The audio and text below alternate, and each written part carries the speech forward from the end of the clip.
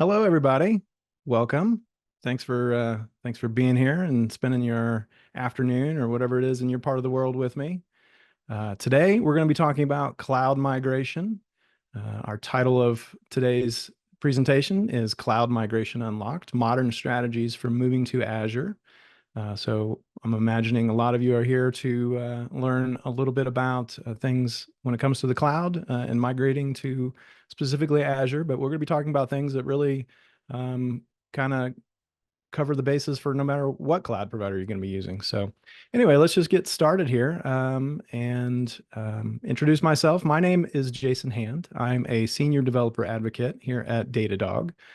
Primarily, I focus on topics related to DevOps, site reliability engineering, or SRE, as well as AI. And previously to working at Datadog, I was at Microsoft Azure. So a lot of the things that we'll be touching on today are things that I picked up there. And I've got a ton of resources that I'm going to be sharing with you. So I've actually put together a GitHub repo that's full of all of the links. Pretty much everything that I'll share with you today, you can find on that repo. This QR code will take you to that as well. And yeah, so there'll be blog posts, you can get the slides for today. Pretty much all of it is over there. And if there's something that you need that isn't showing up there, don't hesitate to reach out to me. You can find me pretty easily on LinkedIn. It's probably the best way. So let's get started here. It seems like today's topic is all about migrating to the cloud. So I imagine that you've probably had something come up recently where you now have to think about what is involved in moving to the cloud. Why would I do this? What are the benefits? That kind of thing.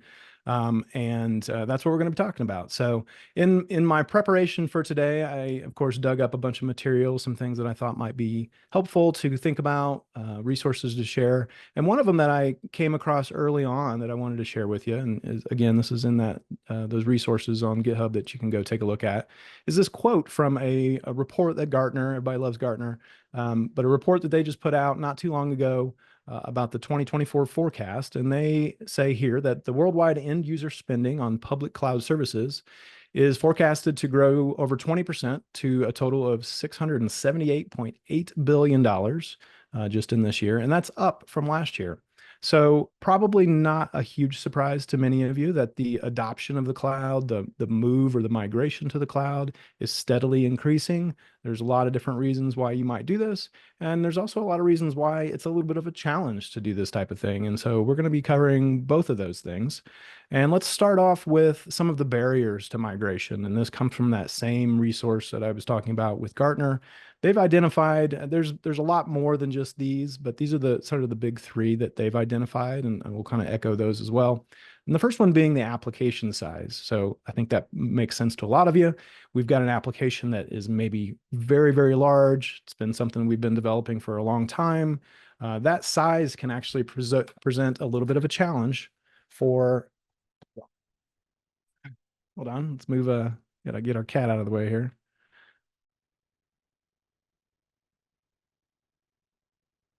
Back to the slide that we're supposed to be on. Sorry about the cat chaos. But the application size can cause us a little bit of a problem. And as you can see, or as you can imagine, it's something that we have to think about whenever we're thinking about migrating to the cloud. The applications and the infrastructure are a big component of that. Another barrier to migration is the heavy customization of applications infrastructure. If you've built your stack brick by brick, you've got it very customized to your situation, that can also pose some challenges when it comes to migrating to the cloud.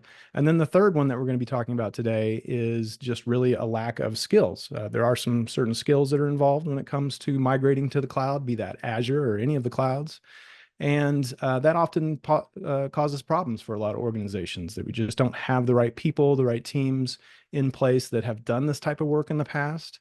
And that can cause a problem for us. So we will be mostly focusing on that third group today, the insufficient skills. Hopefully a lot of the stuff that we'll be talking about today will help you with learning, the things that you need to know about in order to prepare yourself for a migration. Another thing I wanted to share with you, some trends that I came across as I was doing some research for this as well. There's a source out there or a website called AAGIT that they were sharing some cloud computing trends that I thought were interesting. The first one being, sort of relevant for today is that Microsoft Azure, the cloud provider, has caught up with AWS. I think, for a long time, many of us have recognized AWS as sort of the leader in the space with cloud computing. But now we're starting to see the other big ones catch up. And of course, we're here to talk about Azure today. I think a lot of us who are in this space have been working probably in like the Microsoft world for a long time, have noticed this shift and have noticed that Amazon or that Azure has caught up to AWS. The other one I thought that was relevant for today's discussion too is that this trend around cloud spend management has become a much higher priority for a lot of organizations. As we'll talk about in today's presentation, the costs to moving to the cloud, there are some ways that you can optimize on costs and hopefully reduce cost and reduce spend. But there's still a lot of caveats and things that you want to consider when you are migrating to the cloud, and being able to understand that spend and get your head around that kind of thing is something that's very important as you migrate and then as you operate in the cloud moving forward. So I thought those were just a couple of things I wanted to share as we start to kick off today's discussion. And now, for those of you who maybe are still on the fence as to why we might want to consider a migration to Azure or to any cloud for that matter, there's a handful of things that I want to share with you that I think are probably some of the bigger reasons. There's definitely more than this, but scalability, I think, is first one of the things that comes to mind. And I'm going to go into depth with all of these, but just as a high level, scalability, reliability is another one. Security is certainly an area that I think a lot of folks can benefit from when it comes to migrating. Optimizing costs, we talked about that just a moment ago. You might be able to cut some costs and save in a few areas, but you're also at the very least going to be able to dial in what your costs are and make sure that you're spending things appropriately. And then the last one that we're going to talk about today is being able to free up resources. And when I say resources, I'm talking about your teams, your individuals, your developers, and all that, so that they can do lots of other things. And we'll go into more detail about that. So let's dive into scalability. And when you're talking about scalability, there are a number of things that sort of fall into that category. The first one that we're going to talk about is elasticity. And this is really this idea of being able to scale up and scale down during peak usage and off times. That way you're using the resources that you really need, which of course, helps in a variety of ways with scalability, but it's also going to help with that cost optimization. We'll talk about it again here in a moment. And then the auto scaling component of this as well is also going to help you so that you're really only using the resources, be that CPU, memory, storage. You're only using the resources that you really need, and ensuring that you've got that consistent performance without really any kind of manual intervention. The next one that we'll talk about is the idea about a global reach, where you're moving to Azure. They've got data centers worldwide, and so now your business, your enterprise, whatever it may be, you can deploy these applications and your infrastructure and your services closer to the users, to your actual users, which means that you're going to be able to reduce the latency, which improves the overall experience for your end users. Which those of you who come from an SRE background, we know that we're always trying to monitor from the user's experience and what is it like for them. So being able to scale out globally and have that kind of reach is really going to help improve that situation and that experience for your users. The next one is cost efficiency. This idea that we can now just pay as you go and use only the resources, or pay for only the resources that we're using. That helps you eliminate this need, or maybe this situation of over provisioning and getting resources that you aren't actually using at all times, which helps you reduce that capital expenditure. You also can take advantages of the economies of scale that Azure has, which means that they can pass on a lot of the cost savings to you, which again leads to more cost-effective situations where you don't have to deal with a lot of stuff like you might in an on-premises situation. Another one is flexibility.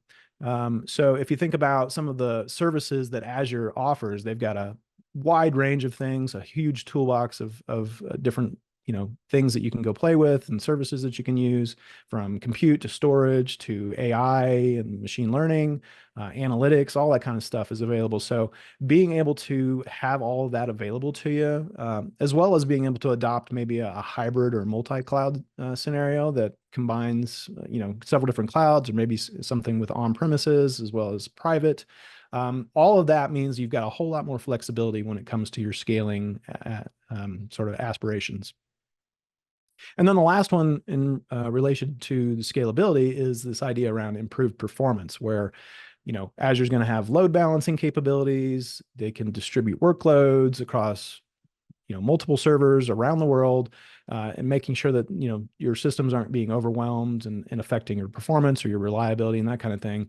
You've also got virtualization technologies which are going to allow for a little bit better isolation of some of your resources, which again is going to reduce some of the risk associated with a degradation in performance, maybe to noisy neighbors or something like that. So those are all the ones that we really think about in terms of scalability when it comes to why you might want to migrate.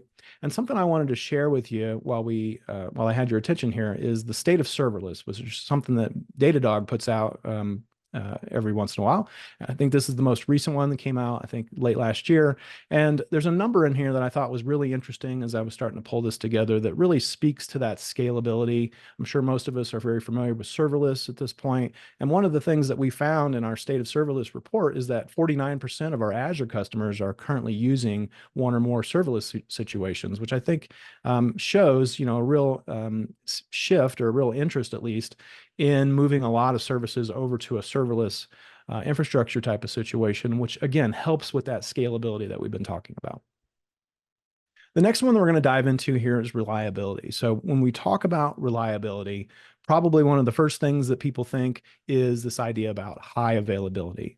And anytime you're talking about moving into the cloud, dealing with a lot of the things that Azure provides, there's a lot of built-in redundancy. They've got multiple data centers around the world and in multiple regions, which means that if one data center fails and has some kind of issue, they can then roll over to another one, and that can take over, and which will obviously minimize your downtime. Azure also provides a lot of SLA guarantees, which means that they're going to ensure this, idea of higher uptime and availability, maybe even reaching, 3, 4, or 5 nines or higher of availability, to ensure that they've got that continuous operation of their services, that your services are running on their infrastructure, as well as applications and that kind of thing. The other one that people I think next about reliability is that disaster recovery. We all know that problems are going to happen, and things break, and there's going to be issues, and we need to be able to recover from that.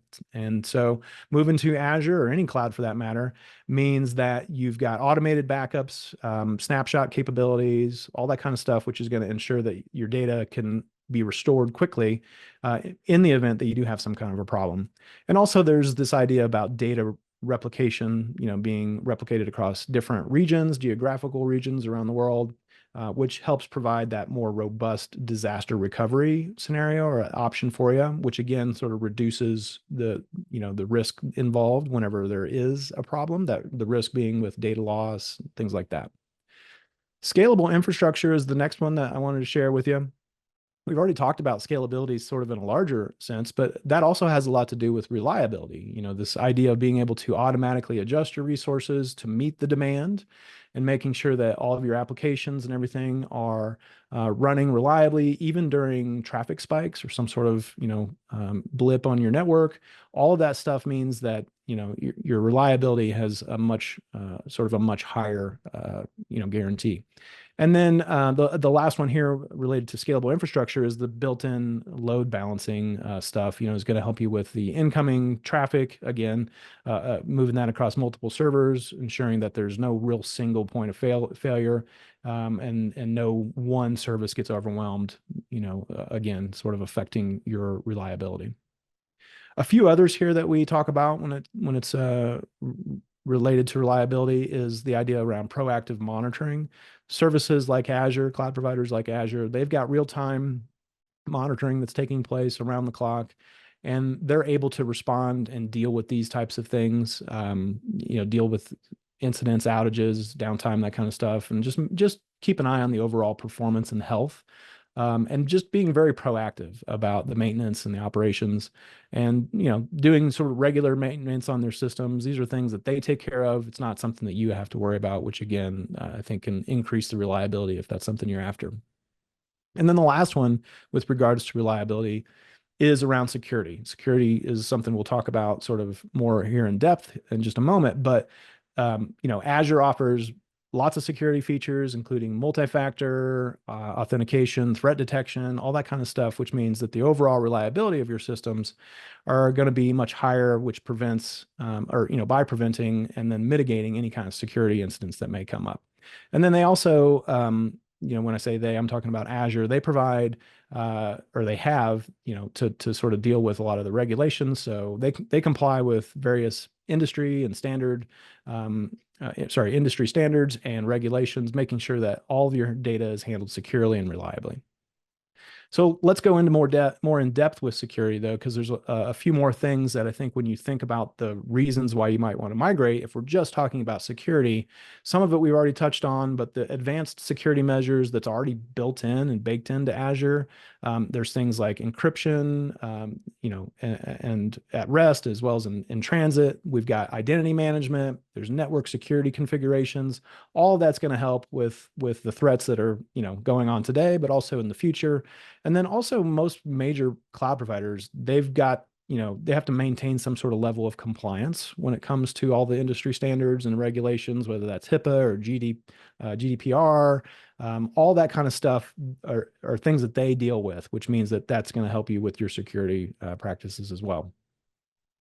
The next thing that we'll talk about here is expertise and resources. So the fact that Azure has like a large team of security experts who are monitoring your infrastructure, applications, all that kind of stuff, all the time, 24/7, means that they can identify those vulnerabilities and respond to those incidents swiftly and make sure that they can use their level of expertise to sort of level you up or increase your own idea around security.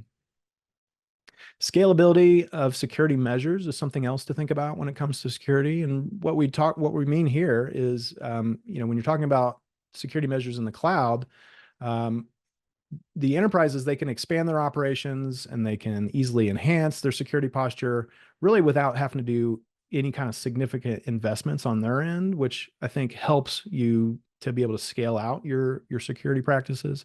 And then tools on Azure, such as the Azure Security Center, provides a lot of automation and things around that, really helping you and your team, your organization, be able to continuously assess some of the security risks out there, what's your security posture, and how can you apply anything new in terms of best practices and security policies across all your resources. So those are the ideas around, or some of the ideas around security. There's a few more here. We've already touched on disaster recovery and backup, but that certainly has a lot to do with security as well. Cloud platforms are going to offer, this, we've already touched on this, a comprehensive disaster recovery solution that includes automated backups, replication, the geographical redundancy that we've talked about. All that means that your data integrity and availability is in a much better place when it comes to security. And then the last one we'll talk about when it comes to security is continuous monitoring and incident response. Some of this we've already touched on a little bit, but cloud environments are monitored continuously for unusual activities and potential threats. Azure, for instance, uses advanced analytics and machine learning to detect and respond to threats in real time. So having that on your, sort of in your core is something that really helps you with the security. And then also cloud platforms like Azure are also integrate, a lot of various security tools and comprehensive monitoring and all that kind of stuff that really helps mitigate any kind of security issues that may come up. So another thing that I wanted to share with you, since we're talking about security, is the state of cloud security. That is another report that Datadog puts out. And I thought that one of the things I wanted to share that seemed relevant to our discussion today is this quote from the report, where data from both Microsoft and Google have indicated that usage of multi-factor authentication can prevent the vast majority of account takeovers, yet only about 20% of Azure organizations that we were able to poll for this had all of their Azure Active Directory users users authenticate through multi-factor. So this is just one little tidbit of information from that report that I encourage you to go check out. Again, all of the resources you can find in that GitHub link that I shared. I'll share that again at the end too, so don't worry if you didn't see that at the beginning or if you came in a little bit late. So let's move on to the next one in terms of our categories of why you might want to consider migrating. And this one has to do with cost. We talked about optimizing cost, maybe even reducing cost. Part of that's going to come because you now have this pay-as-you-go model, which allows enterprises, your team, to really only pay for the resources that you're using. And this eliminates a lot of that upfront capital expenditure that you might have that's tied to your hardware. It's also going to reduce some of your operational expenses because you're not maintaining any of that physical infrastructure. So that helps a lot there. But then also the cost, will scale with usage, meaning that your business can adjust your spending based on the current needs, rather than trying to figure out something and maintain this like fixed cost moving forward. Another one is the idea around reducing your infrastructure costs. Moving to the cloud doesn't necessarily mean that you're going to have a smaller bill when it comes to some of your infrastructure costs, but it does mean that you can maintain that on that sort of pay-as-you-go model. You don't have to deal with the expensive on-premises hardware a lot of times, dealing with a lot of the storage and networking and all that kind of stuff. All that now is just maintained in the cloud, which is going to help you sort of at least optimize on that cost. Another one is around operational efficiency. Cloud services often include a lot of automated management tools that can help streamline operations and reduce that labor required for routine tasks such as backups, updates, security management. So now that a lot of that can be automated through the services in the cloud, that's going to help make your operation sort of efforts a lot more efficient. And then also the cloud platforms provide tools for monitoring and optimizing resource usage as well. A couple more here that are tied to the cost optimization, and one that I personally love about moving to the cloud is you got a little bit more flexibility around your energy savings. So you can, just migrating to the cloud can lead to significant savings because the data centers themselves have been optimized to reduce both energy costs and also their carbon footprint. So if that's something that is important to you, like it is for many of us, oftentimes you'll find moving to the cloud will actually help with some of your energy savings aspirations. And then improving your budgeting and forecasting is another area that I think can help as well. Cloud services can, help you come up with a predictable pricing model. There's cost management tools that you'll see. We're going to talk a little bit more about some of the stuff that Datadog has to offer around that too. And, just makes it easier for teams to be able to create their budgets and forecast some of their IT expenses moving forward. And then the last one here on this screen, before we move on, is reduced downtime costs. So as we already mentioned, there's going to be problems, whether it's a security incident or some sort of downtime from a system or a part of your infrastructure that's having issues. And so being able to recover from that very quickly is going to save you a lot in terms of costs at some point. And, in the event of a failure, like if there's an issue on Azure or something, they've got a lot of automated failover mechanisms that can also help make sure that your availability is up, which again is tied into that cost optimization. And we have a report also that I wanted to share with you.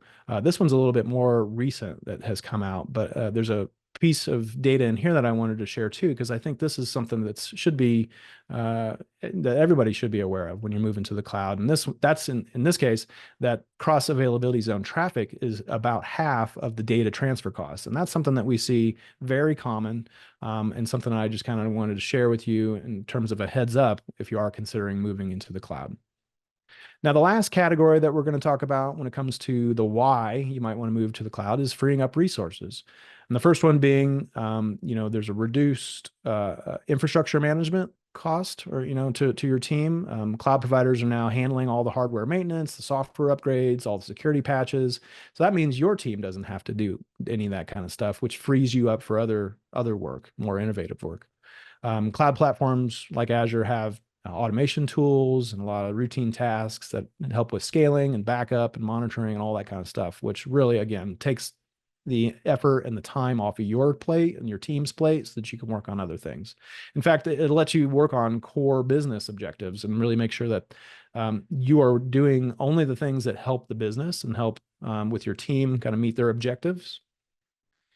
And so, and then the last one here on this screen is the access to advanced tools and services. So like we've already mentioned, Azure has a ton of different built-in tools for a lot of their services, a lot of things that you can go experiment with.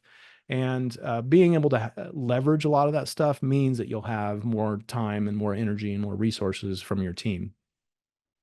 A couple more here, at least one more that we're going to talk about is the idea of enhanced collaboration around integrations, enhanced collaboration and integration. So, you know, cloud environments often are going to have integrated development environments or IDEs, a lot of collaboration tools, version control systems, things like that, which mean you've got a lot easier integrations with your systems, with third-party services through the APIs and all that kind of stuff. And then if you're into, you know, DevOps practices, you do things like CI/CD in terms of delivering your software and your applications. Being able to leverage that kind of stuff is going to enable you to perform a lot faster and a lot more reliably, especially if you're, you know, got a team that manages these kinds of things. And then last is the idea around enhanced resource allocation. And this is, you know, Azure platform allows for dynamic resource allocation, which means that engineering resources can be reassigned to other places and other priorities that the business really needs them to focus on. Okay, so that's enough about why. Probably a lot of you, that's an overview. You've already considered a lot of these things and you've made the decision that you are going to be moving to Azure. And you're probably here and wanting to know, how do I do this? And I think one of the things that you'll find if you talk to anybody who's been through a migration process, whether that's a digital transformation or whatever it may be, when you ask them how to do that, the answer almost universally comes down to it depends, which of course is not the greatest response that we like to hear. But the truth is that it really depends on your unique situation. Every business is different. All the applications and the infrastructure that you maintain and have built up, all of those are unique to your situation. So it really does depend.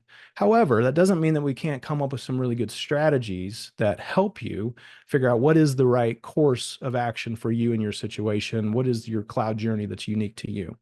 And if you were to go out there and you know, pick your best, your favorite internet search provider and just do something in terms of searching for a cloud migration strategy, you're eventually going to find this idea around the R's. So there's the 5 R's, there's the 6 R's, there's the 7 R's. There might even be more R's out there that I didn't come across.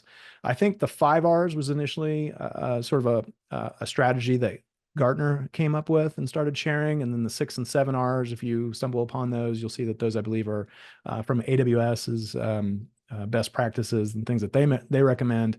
I've got, and there's actually so many more R's that people have shared out there, as you can see in this screenshot that I shared. But I picked some of the ones that I think are probably the most common, the ones that I've you know, been exposed to and heard the most. And the first one is probably not a surprise to any of you. It's probably the one you've heard the most as well. And this is the idea of lift and shift, which we often refer to as a rehost, where we're just going to move the applications pretty much as is, not change anything or not change very much, and move it to the cloud.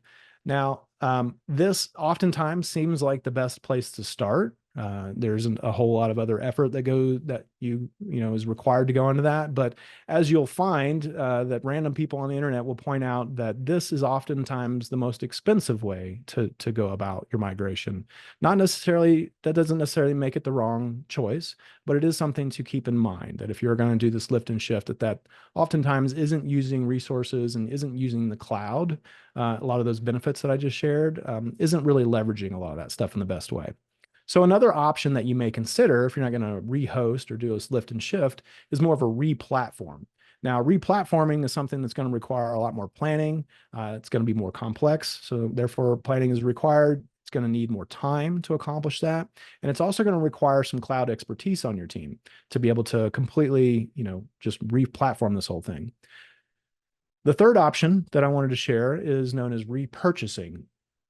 And this is, it's a little bit less effort probably than a replatform or some other options. It's a little bit more of a faster migration. You've got the ability to take advantage of some of the SaaS benefits.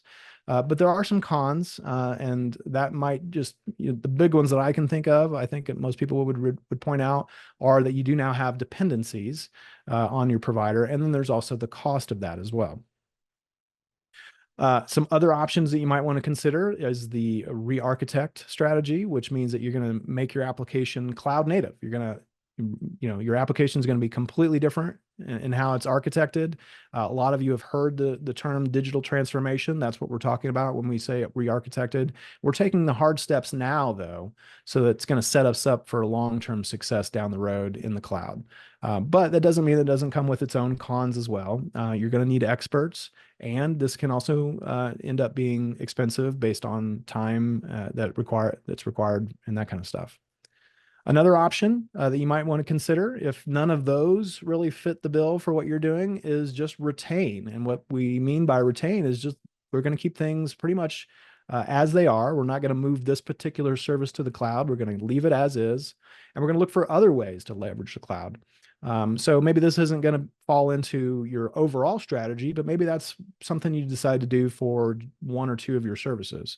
And related to that, maybe as you start to dive in and understand what it is you're looking to migrate, maybe you just decide that this part of our system, this service that we're running, is no longer providing any real business value, and maybe it's time to retire it. And I think that's something that oftentimes isn't really brought up or considered in a lot of situations. And so you have teams out there who are trying to maintain services in both environments, both on premise or in hybrid situation or in the cloud, and they've got systems that they just aren't really using or don't need to be there anymore. And so maybe it's something you want to consider. It's time to say goodbye to that system or that resource. Now, when it comes to Azure and migrating specifically to Azure, nobody who has ever sat down to put together a presentation and give you tips on how to migrate to Azure is going to tell you to do anything other than use Azure Migrate. In fact, if you were to go on YouTube right now and just type in Azure Migration, you're going to find a lot of videos that point to this specific service that Azure provides, which does a lot of the lift for you, a lot of the heavy work for you, where it's got the ability to do an assessment of your current situation. It's going to help with the migration. It's going to help you modernize any of the parts of your stack that you need to. And all of that's handled through the Azure Migrate Hub. So I'm not here to necessarily pitch Azure or pitch any of their products per se, but if you are going to move to Azure, I really encourage you to go check out this tool because it's going to make your life easier, whether you're dealing with migrating VMs, databases, whatever the case may be. This is the tool that you want to go investigate and take a closer look. And I did provide some links in the GitHub page that I shared earlier that take you to the documentation about Azure Migrate. So definitely go check out all that they have to say about that, because that's just the way to go. And then, well, I would also say is while you're over in the documentation exploring what it takes to migrate to Azure, you should also check out the cloud adoption framework that Azure has put together. And the reason being is that there's a lot of things that you need to really consider. If we go back to the how do I migrate things, and I told you it really just depends. This adoption framework helps you understand your current situation and what it is you're trying to accomplish, so you can really understand your own cloud journey and then be able to choose the right strategy that makes sense for you. So there's other things in here too that really help you understand like some of the patterns and things that you want to watch out for when you're migrating to the cloud.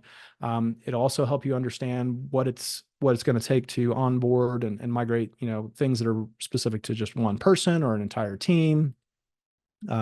Things that really have to do with the technical outcomes that you want to achieve sooner. So as you can see, there's a number of things in here that are part of that framework that really helps you think through what it is you're trying to accomplish and then lays out a path for you that might be unique to your own situation. And those situations are related to your own scenarios. And so here's a few of them that they lay out in the framework. If you were to dig into that documentation, maybe you're coming from a hybrid or multi-cloud situation. Maybe you're on SAP. Maybe you're in retail. They've got specific suggestions and strategies that help you step through the migration process depending on which of these scenarios that you fit into. So that's kind of why I was mentioning earlier that it really depends. I could come in here and I could give you the step-by-step on how to do desktop virtualization migration, but that might not be what you're looking to do. So it really just does depend on your own specific cloud journey and what it is you're doing. That being said, I do want you to have something to take away that you can think about when it comes to migrating. And really, it doesn't matter whether it's Azure or any of the clouds. There are steps that you should take when it comes to planning your migration, setting yourself up for success before you actually do this. And one of the things that I came across as I was starting to pull some resources together is we've got in our own documentation what's called the Azure Cloud Adoption Framework with Datadog. And what this will do is sort of walk you through what we think are some of the best ways to ensure a safe and speedy migration and make sure that you're getting into that new cloud environment, whether that's from an on-premise situation or from some other cloud environment, whatever the case may be. We've got some tips and suggestions that I think really apply to everyone here when you're talking about migrating and things that are, like I said, going to help you set yourself up for success. So one of the things that I like to, I guess point out here is that I love this quote. Someone else shared this with me, and they said it was from Benjamin Franklin. Although after a little bit of googling, I found that not might be true. There's no real evidence that Ben Franklin said this, but I think it's still a quote that holds true. If you're not planning on if you're not making a plan, you're actually planning on failing. And that's kind of the one of the main messages we want to have here is like, before you take action, before you begin to migrate, let's talk about what it is that you are trying to migrate and some of the things that you can really set yourself up so that migration process happens a lot smoother. So we'll kind of break this up into a planning phase and then the actual migration phase. Now, when we're talking about planning, one of the first things that we suggest is that you go in and you enable that integration that we have between Datadog and Azure. I'm going to show you here in a minute. We'll switch over to a demo, and I'm going to show you some of the things that are just ready for you out of the box when it comes to the Azure integrations. The next thing we suggest is coming up with a tagging strategy. And this one is super important because understanding all of your applications and infrastructure and all the resources that are, have been targeted to migrate over, having proper tags set up for all that kind of stuff is really going to help, again, set you up for success on all this. Then once we've got the tagging strategy discussed, we can then start talking about setting up and configuring dashboards. I'm going to show you a dashboard that I put together that helps me see what's going on with a lot of the resources during the migration process. And then last is establishing communication channels. One of the things that I think is super important to think about is during the migration, there could be some speed bumps. There could be some things that go wrong, just doesn't work out the way you expected it to. Understanding who should be involved in the conversations to try to rectify those problems and deal with the issues as they come up, and making sure that it's really clear on what those communication channels are, I think is also super important before you get started with your migration so that you can you know where to go to talk about the problems as they may come up. But let's dive into some of these a little bit more detailed. When it comes to the Azure integrations, we've got something like 750 integrations in Datadog now. So pretty much anything you can think of, we can integrate in.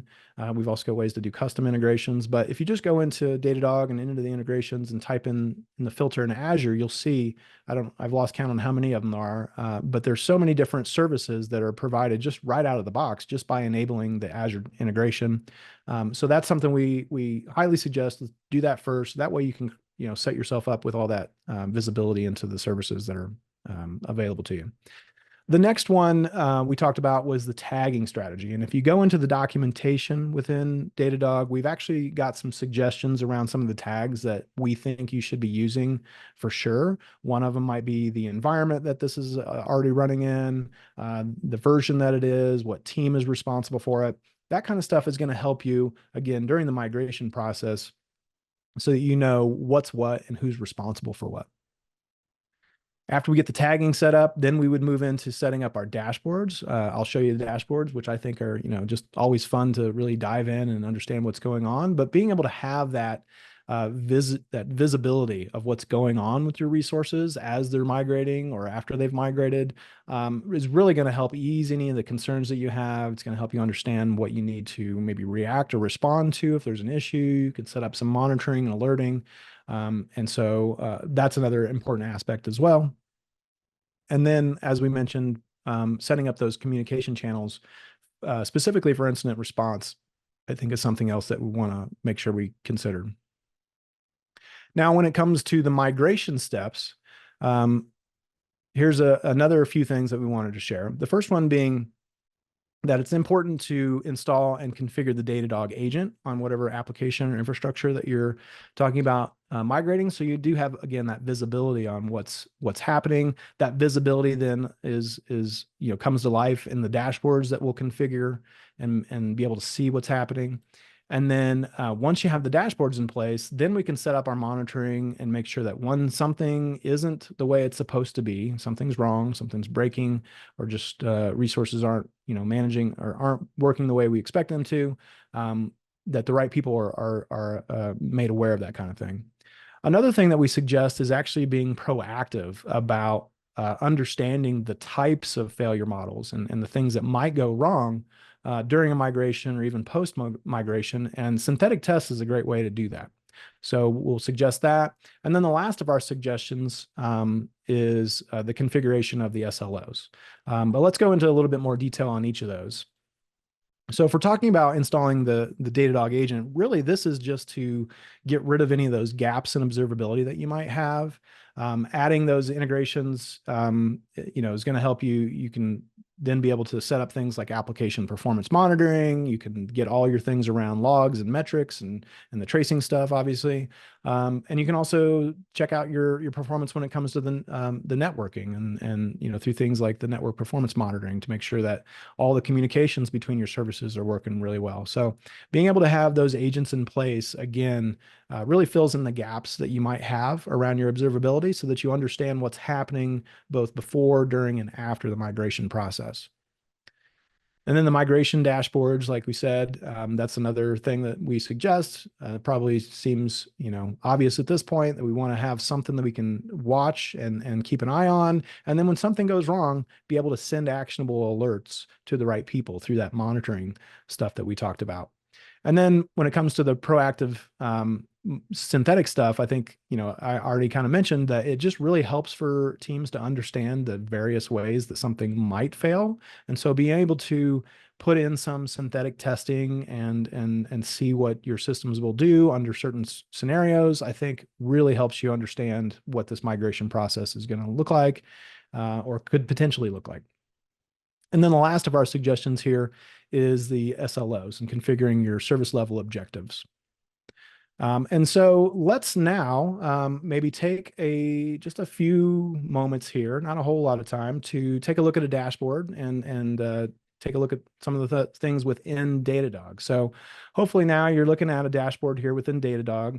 This is one that one of my teammates and I put together to really illustrate what you might want to see when you're putting together a dashboard for migration purposes. We're able to see some of the VMs and the latency between them on our VMware stuff that's running on-prem. We can also add a lot of stuff in here around SLOs, like we talked about, making sure that we have good visibility on that kind of stuff. Understanding what's going on with our databases and the different number of connections that are happening, as well as any kind of latency that might be taking place is something we could add in here. Errors related to that database as well. Some of the connections by user or by database, through here is also pretty helpful. And then in the environment, in the Azure environment too, we can start to set up stuff to make sure we understand what's already been migrated, what's currently in our Azure systems that we should be taking a look at. And that might even have things to do with some of the traffic, whether that's outbound or inbound traffic or things between Kubernetes clusters with AKS. We can see other information down here in terms of logs. So the idea is that I've really built out a lot of the things that are important to me, that I consider important anyway, as I'm migrating my services over, just to keep an eye on what's going on within both the on-prem or whatever the case may be, and once it's moved over to our systems. Now, so might be, okay, that's cool. How did you create any of this stuff? Well, you can do all this, from scratch if you're familiar with Datadog. But the way that I kind of wanted to point out, because I think it's super handy, is that inside dashboards, if you've integrated Azure, you've enabled that integration, you'll notice that a lot of the out of the box dashboards are very handy. They've got a lot of really great information. The Azure overview has some great stuff that you might find helpful that you would want to add to your migration dashboards. And let's just say I wanted to grab, I don't know, we'll just use this one here as an example. And what I would do is just click on this little indicator here in the menu bar, and then choose copy. And then if I go back to the dashboard that I had up initially, you can see I can just come down here and we can really quickly just paste that in.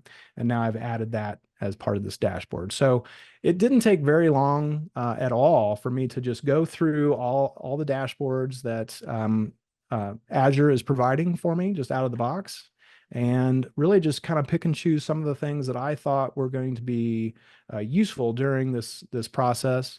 And once I found something that I thought was important enough to add to my dashboard, it's just a matter of copying it and then pasting it into your new dashboard. So pretty simple process, and pretty much the main thing that I wanted to show off in our demo here. Okay, let's get back to our slides here, and we've got just a few minutes left before we're ready to close up. So as I've kind of shown you, there's a number of different strategies that we think are going to be helpful for pre-migration and also during migration, things that you just want to consider regardless of the cloud provider. Azure, obviously, there's some uniqueness to the migration into Azure, but you're going to want to use the Azure Migration Hub and their tool for that service anyway. So a lot of the things that we kind of suggest are really about the stuff you do before and during and after that migration process. And the cool thing is that a lot of this stuff we've written about in blogs. There's a number of blogs that I wanted to share with you that I think go into a little bit more detail that I didn't really have time to cover today. This one in particular, Successfully Migrate to Azure with the Microsoft Cloud Adoption Framework and Datadog. I pointed out both of those. This one does go into a little bit more around service dependencies, talks a little bit more about infrastructure metrics and that kind of thing. So you should go check that out, dive into that blog.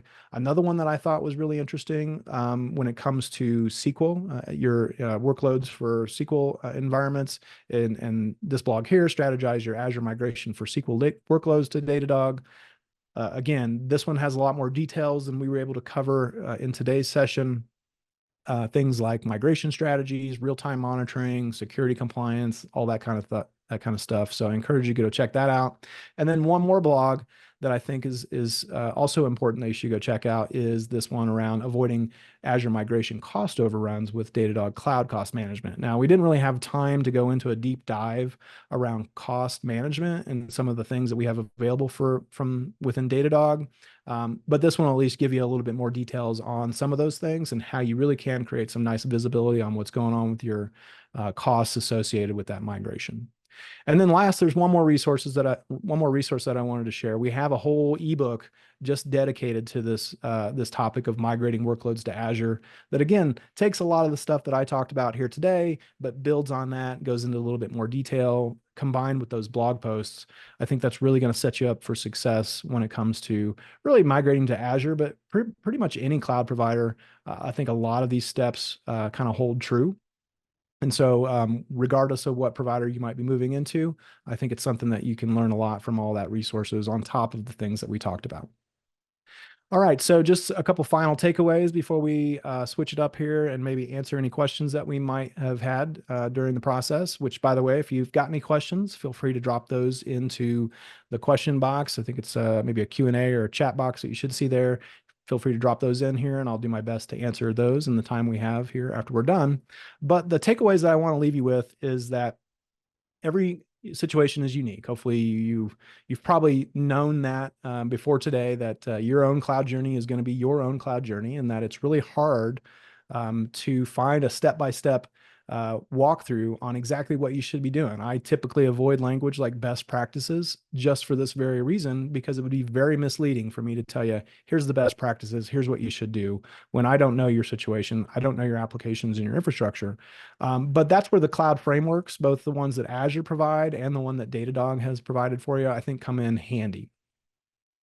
And then the other takeaway I want you to take home is really, no matter what your situation is, whatever your cloud journey is, understanding your applications and your infrastructure and even costs associated with that kind of stuff before you start with your migration is actually going to help you tremendously, set you up for success, to make sure you understand what you have, what's being moved over, and how that process is going through.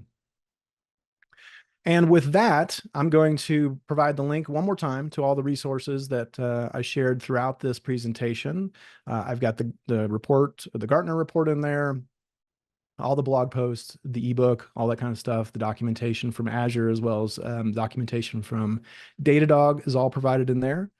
So go take a look at that. And if you have any questions, feel free to reach out to me.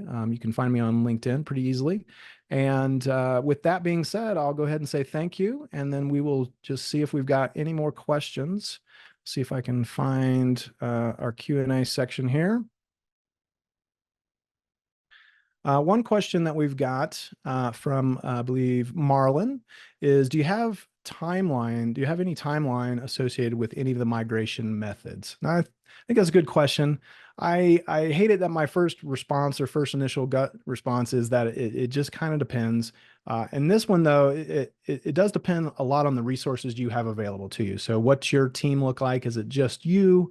Do you have other people who can help out with this process? So I don't really have a good answer for you in terms of timelines. You could be looking at something that just, in certain situations, maybe you can move a lot of stuff over just over the course of one day, maybe even in the course of a few hours. It kind of depends on, are you able to set up maintenance schedules that allow you to move parts of your stack without really affecting other parts of the stack, and therefore affecting customers. So unfortunately, I think it really kind of depends a lot of your scenario and what it is you're migrating on that kind of thing. Another question is, are we going to be able to have a recording of this session? I do think that there will be. This is being recorded, or has been recorded, and those of you who have registered, which should be all of you, I believe, you will probably get an email with some details about how you can get that recording. So yes, the answer is certainly there will be a recording for that. A couple other questions we have in here. If my organization prefers not to install the Datadog agent, what are some ways we could consume logs from our app deployed in Azure container logs? Does this heavily reduce the features Datadog can provide for us? So Azure does have a whole bunch of really great tools, as you can imagine, for capturing logs and APM type of stuff and traces. So all that is available to you in Azure. I think if you're thinking about moving over, from on-prem into the Azure cloud, that might be a little bit more of a challenge, because you're not going to have a lot of that visibility before you move things in. But once you have, moved into Azure, then you'll have a lot of those tools available to you. Another question we have here: besides failing to plan, do you have any other pitfalls or issues teams may see in migrating? Let me think about this. I feel like one of the things that we didn't really talk about is making sure that you've done some kind of an assessment ahead of time. If you haven't done that assessment to really understand, I mean, we're kind of speaking to this in the migration steps and the planning steps, but making sure you understand fully what it is you have and you're looking to move over, and then understanding which teams are responsible for that, I think, is a big, kind of what we talked about, but making sure that it's very clear who is responsible for which services that are being moved over. If it's just one team that's handling all this, or if, certain individual teams that are managing their own services. I think that's one area that you really want to pay close attention to, is making sure that it is the right teams that are involved with these migrations. Outside of that, I think the biggest thing that we really didn't have a lot of time to talk about today is around costs. I obviously pointed out that there's ways that you can benefit and create some optimizations in your cost. But I do know some pretty bad stories of around migrations that have gone. I wouldn't say bad, but they were more expensive than anticipated. So I think that's another area too that is really important, which kind of speaks to the previous statement around really doing a proper assessment and understanding what it is you have that you're about to migrate and understanding the costs associated with that currently, and then moving that over. I pointed out in our report around costs that almost 50% of just like internal traffic is oftentimes a big part of that cost, and sometimes you don't see that stuff coming. So I think that's probably those are probably the ones that I would mention the biggest. Can you provide a link or PDF you were talking about in the beginning of the session? Yeah, so all the slides that I have today, I do have a PDF version of that. It's available in GitHub. Let me just back up to the slides link here so you can get that. Pretty much everything is available there. So if I talked about it today, it should be there. And feel free to reach out to me if you can't find anything that you're looking for. Another question we have here is of the 7Rs, which is the most common? Which is the most common? I keep wanting to say it depends on your situation. I would say the lift and shift, it may be the most common simply because that seems like the easiest place to start for a lot of folks. However, I did point out, as I also showed you a clip from somebody in Reddit, this doesn't necessarily jive with your cost expectations. Oftentimes, that's one of the more expensive ways to go about this. But I do think that is oftentimes where people start. And maybe it makes sense for some of your services, some parts of your stack to just do a lift and shift, maybe even to just get your head around what's going on and with this process. And then maybe for other parts of your system and your services, it makes more sense to re-architect or something like that. But I do think that rehosting, just trying to do a quick lift and shift is probably the first one. The next one is just doing a re-architecture and really going all in with a digital transformation so that you are setting yourself up for success down the road. I know that this one also can be a little cost prohibitive and time prohibitive for a lot of folks because it just requires a little bit more forethought and planning. But because you are really building for the cloud and you're utilizing a lot of the resources that are part of the cloud, I think that that's another area that people decide to just go all in with a re-architecture plan as well. A few other questions we have here before we got to go. Are you going to take more sessions on Azure and Datadog in the future? Yeah, we certainly will. Like I mentioned, I previously worked at Microsoft Azure, so I've got a lot of stuff that I would love to share. Today, we just wanted to kind of cover some of the basics around cloud migration and point you to some resources to get you started there. But we do hope to do some more in the future. Also, I have done some stuff in the past. So if you just go to Datadog's website and look for their events page, I think in the top menu bar, you can find some resources there, or just do a search for Azure webinar. You'll see some things. I've done some stuff around Gen AI and Logic apps that was really fun, and understanding how to monitor some of those types of things. So you can definitely expect to be treated with some more Azure and Datadog content moving forward. Okay, let's do one more here, and then I think we will need to get going here.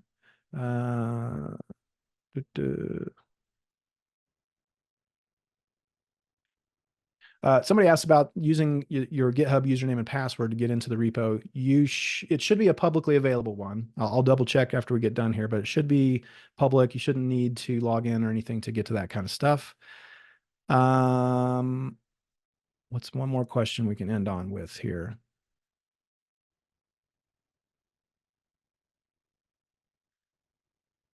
Let's see. How do you deal with data mapping with a complex migration project?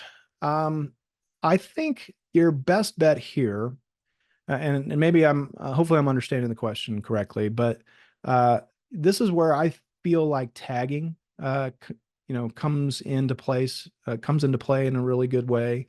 Making data mapping, you might be just talking about between databases or between services, but understanding where that data is coming from and what its purpose in life is, where it's being used, I think is critical to a lot of this stuff. As you point out, a lot of migrations might be really complex, and creating that visibility to understand where things are coming from, who owns them, are they part of your production environment, are they part of a staging environment, what version are they on? All that kind of stuff really speaks to the same question of just understanding your data and your systems in general. And I think that's where having a really strong tagging strategy helps the most.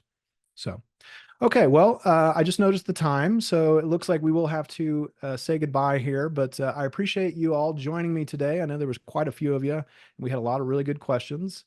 Sorry I couldn't get to all of them, but again, feel free to reach out, and hopefully we'll see you again on a future webinar or something else down the road, and enjoy the rest of your day, and I will talk to you soon. Bye.